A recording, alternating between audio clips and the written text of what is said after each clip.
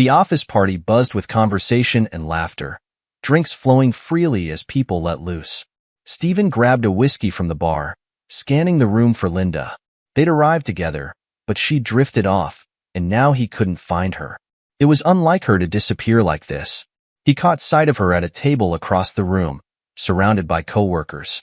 Her laughter rang out as she leaned in closer to Mr. Winston, his boss. Stephen watched them, feeling a mixture of pride and unease. Linda had always been good with people, able to charm anyone, but there was something off about this scene. The way she was sitting, the way Winston was looking at her, it didn't sit right. He started towards them, weaving through the crowd, but stopped when he heard it. As he sat on there with them, a strange noise, soft but distinct, caught his attention. It was a sloppy, rhythmic sound that seemed out of place amid the chatter and music. He paused, trying to make sense of it, but as he moved closer, the sound became clearer, more obscene. His heart pounded in his chest, a sickening realization dawning on him. His eyes locked on Linda. She was smiling, her hand moving under the table in a way that left no doubt about what she was doing. Then he slowly went under the table. His stomach churned as he took in the sight, the betrayal so blatant, so shameless. "What the fuck, Linda?" The words burst out of him, raw and full of anger. Linda's head snapped up, but instead of guilt or shame, he saw irritation in her eyes. "Oh, shut up, Stephen. Don't disrespect me. This is so good," she said, her voice dripping with contempt. Stephen's world narrowed to that moment, to the sight of his wife openly mocking him as she pleasured his boss under the table. His mind raced, a torrent of emotions crashing into him: anger, disbelief, humiliation. But then, amidst the chaos in his head, a cold clarity settled in. This wasn't just an affair. It was a deliberate act of disrespect, and he wouldn't stand for it. Without thinking, Stephen's hand reached for a knife lying on the table. It was meant for the appetizers, but now it had a much darker purpose. He moved swiftly, his actions driven by a mix of fury and resolve. He stepped behind Winston, who was too engrossed in his pleasure to notice the danger looming over him. "One move and your lover will lose his balls," Stephen hissed into Winston's ear, pressing the knife against his thigh, right where it would do the most damage.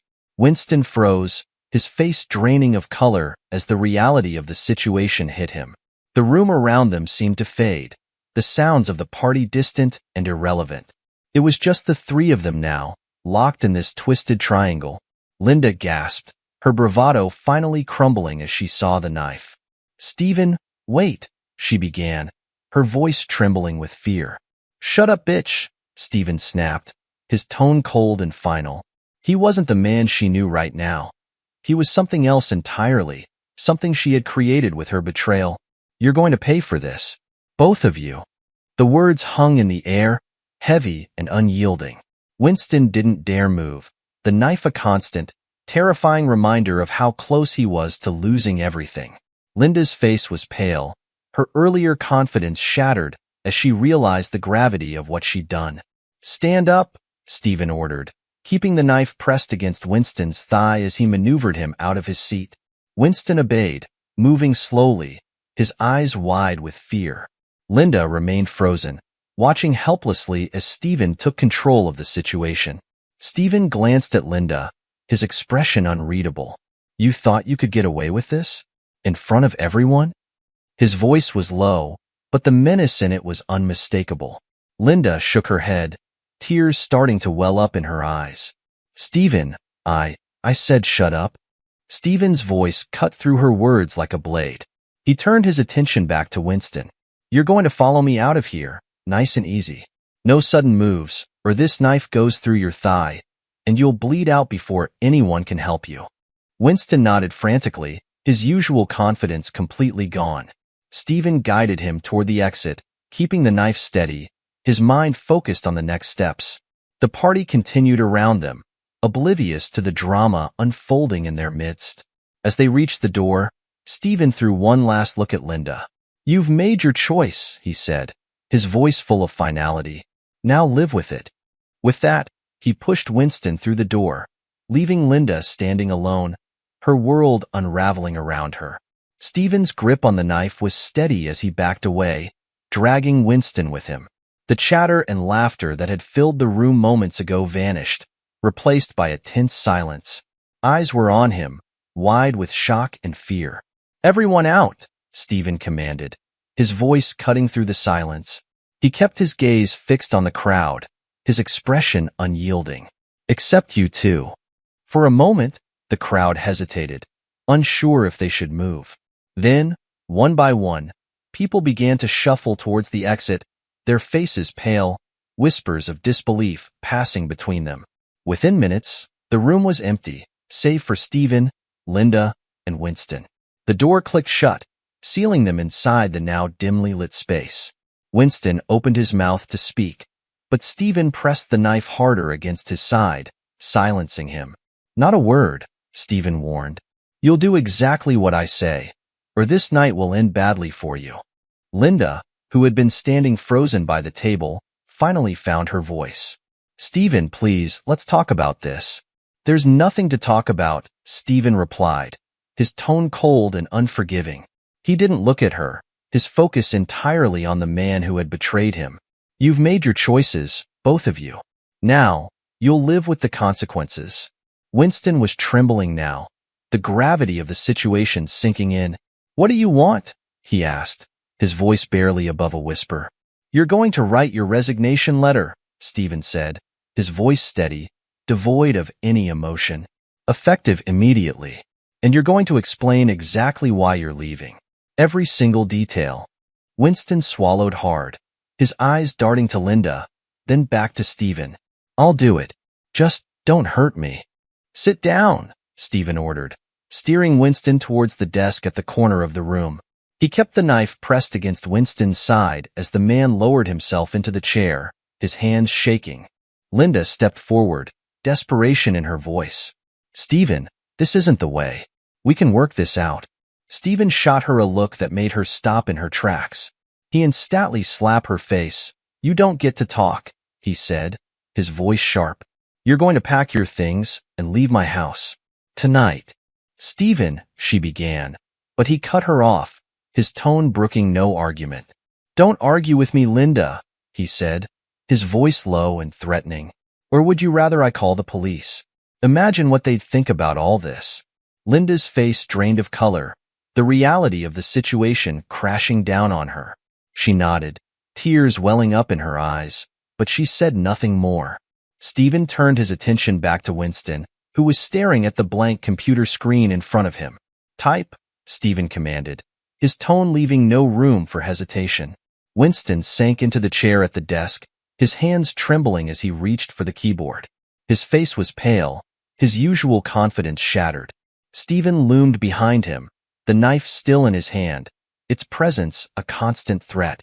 "Start typing," Stephen ordered, his voice calm but unyielding. "This resignation letter needs to be perfect." Winston nodded, his fingers fumbling over the keys as he began to type. Each word felt like a brick being laid in his own tomb. He could feel Stephen's eyes boring into him, watching every letter appear on the screen. The silence in the room was suffocating, broken only by the clacking of the keys. Stephen's eyes narrowed as he scanned the words on the screen. "Now, include the part about the embezzlement," he said, his tone casual, as if they were discussing a routine business matter. Winston's fingers froze over the keyboard. "Embezzlement?" His voice wavered, his eyes wide with panic. I don't know what you're talking about." "Don't play dumb with me," Stephen snapped, his voice cutting through Winston's weak protest.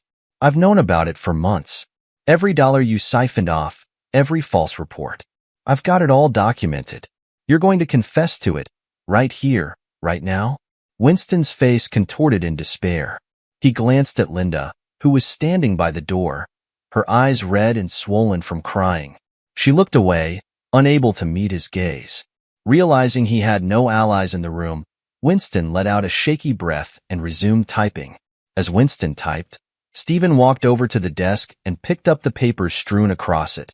He flipped through them, glancing at numbers and reports, his expression impassive. The click of the keyboard continued, each keystroke marking the end of Winston's career. Linda watched, her breath catching in her throat with every word that appeared on the screen. The affair, the theft, the lies. Winston detailed it all, his hands shaking more with each sentence. Stephen placed the papers back on the desk, leaning closer to Winston. Add a paragraph about how you're doing this to avoid a scandal, he instructed. Mention how you've realized that resigning is the only way to preserve whatever's left of your dignity. Winston hesitated for a moment, his face a picture of defeat. Stephen, please, this is too much. I'll lose everything. You should have thought of that before you touched my wife and my company's money, Stephen replied, his voice devoid of sympathy. Now write. Winston's fingers moved again, typing out the final humiliating details of his confession. When he finished, he slumped in the chair, his energy drained. Stephen reached over, grabbed the mouse, and clicked on the print button. The printer whirred to life, spitting out the resignation letter. Stephen picked up the freshly printed letter and handed it to Winston, along with a pen. Sign it, he said, his tone brooking no argument. Winston took the pen with a trembling hand. His signature was shaky, barely legible, but it was done. He handed the letter back to Stephen, who examined it briefly before nodding in satisfaction. Now, you're going to call the board, Stephen said, his voice steady. Tell them you're resigning for personal reasons. You don't need to go into details, but make sure they understand that it's effective immediately. And after you've done that, you'll send them this letter. They'll get it first thing in the morning.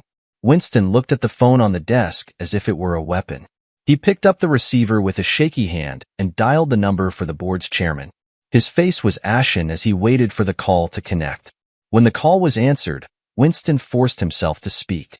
It's Winston, he stammered, his voice barely above a whisper. I'm calling to inform you that I'm resigning. Effective immediately, yes, personal reasons. I'll send a formal letter in the morning.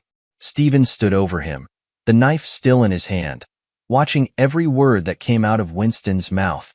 The call was brief, ending with Winston's stammered goodbye. He placed the phone back on the desk, his hand trembling. Stephen finally stepped back, lowering the knife. He didn't say a word, just stared at Winston, his expression unreadable. Get out of my sight, Stephen said after a long pause, his voice cold and devoid of emotion. Winston didn't need to be told twice.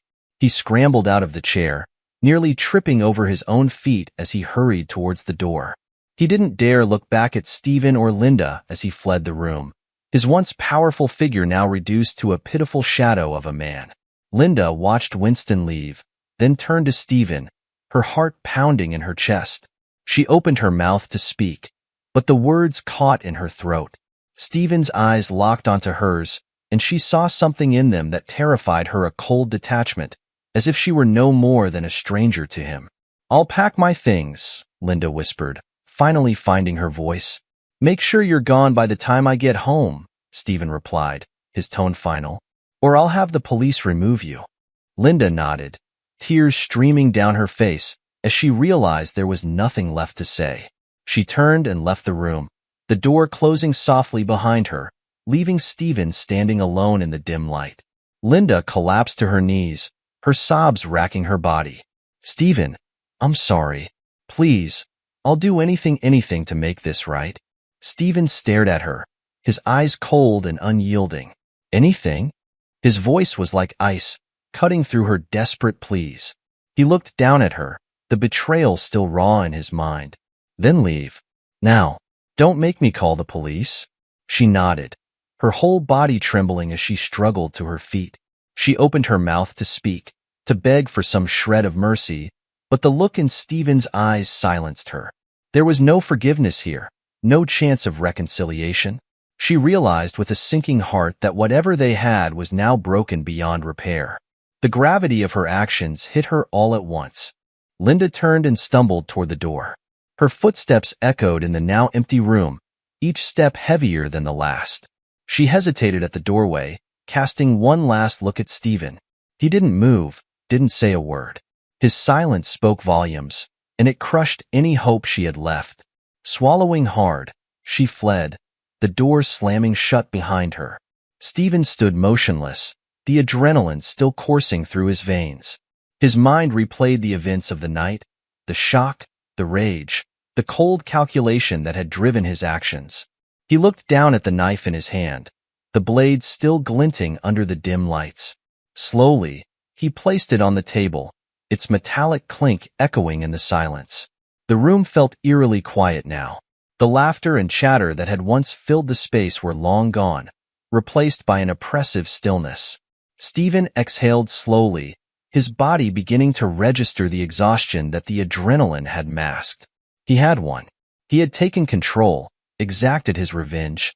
But as he stood there alone, the victory felt hollow, devoid of any satisfaction. The emptiness gnawed at him, deepening the void that Linda's betrayal had carved in his heart.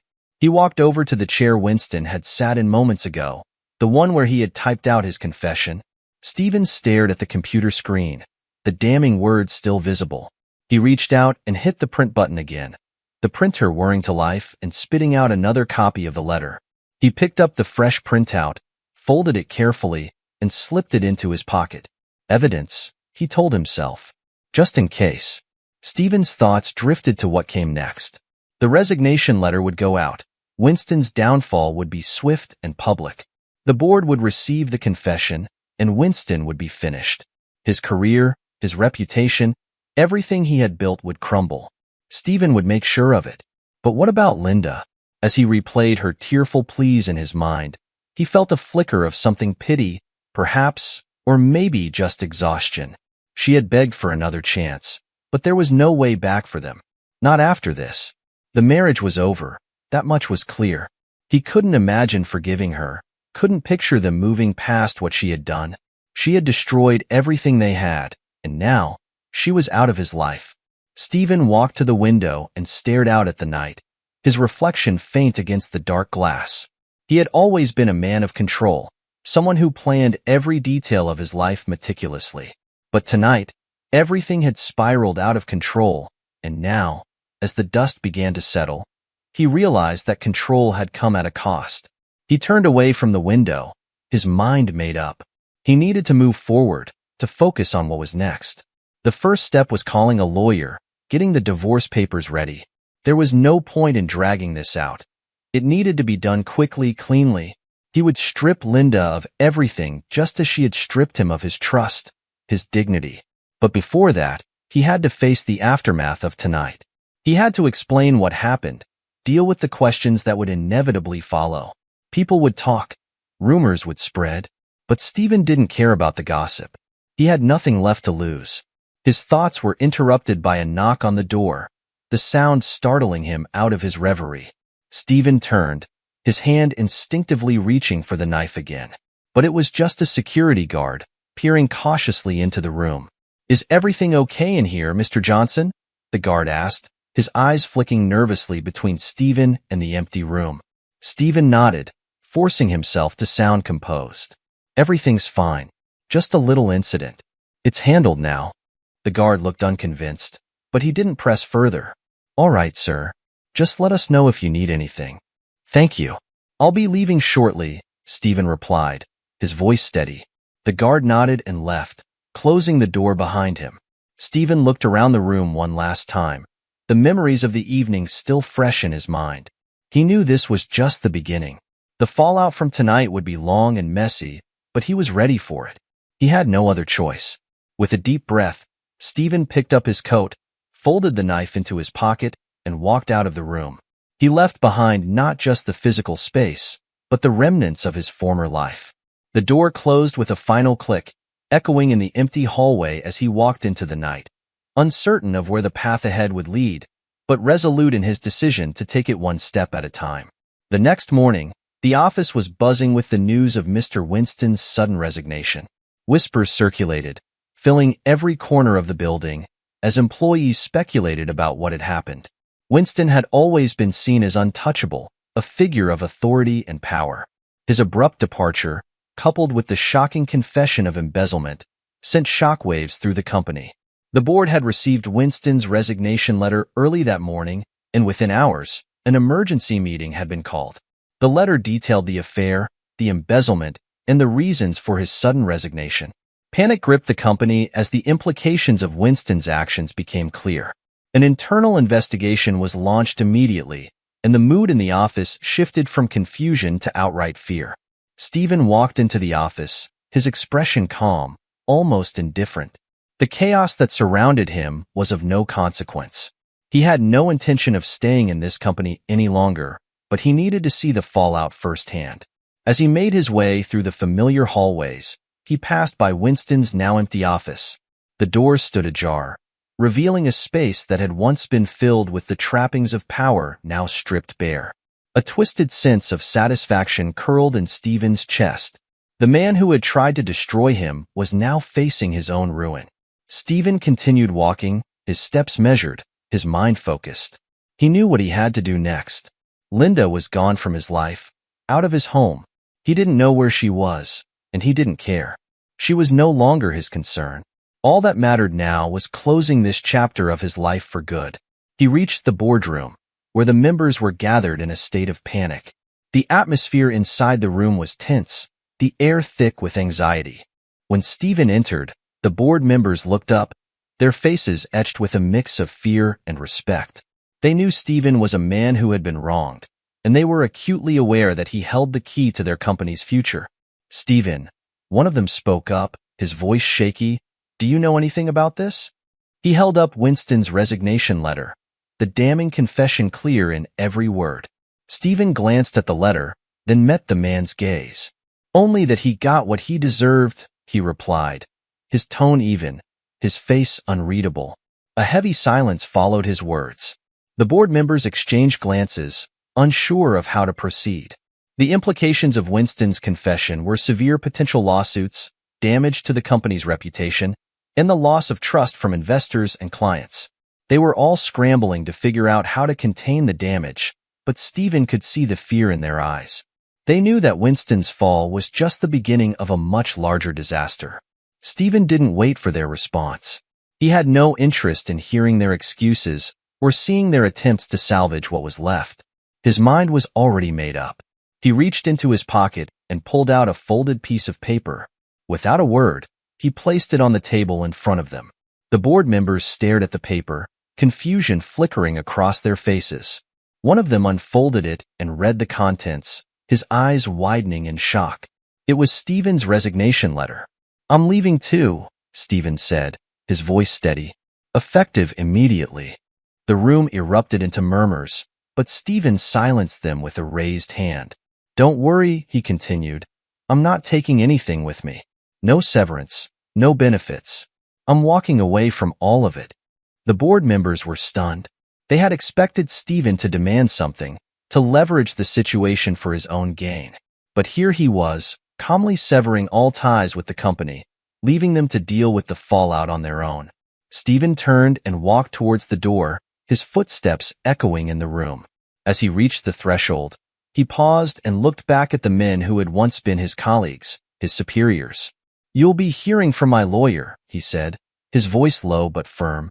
"I suggest you cooperate fully, for your sake." With that, he left the room, the door closing behind him with a soft click. He didn't look back, didn't allow himself a moment of doubt. The chaos he had created was now theirs to deal with, not his.